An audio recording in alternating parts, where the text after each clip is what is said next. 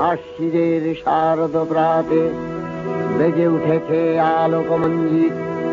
ধরণীর বহিরাকাশে অন্তরিত মেঘমালা, প্রকৃতির অন্তরাকাশে জাগরিত জ্যোতির্ময়ী জগন্মাতার আগমন বার্তা।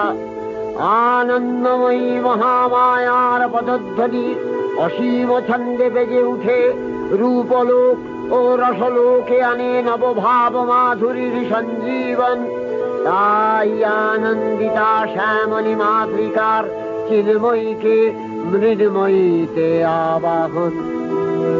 আজ চিৎশক্তি রূপিণী বিশ্বজননীর শারদশ্রী বিমণ্ডিতা প্রতিমা মন্দিরে মন্দিরে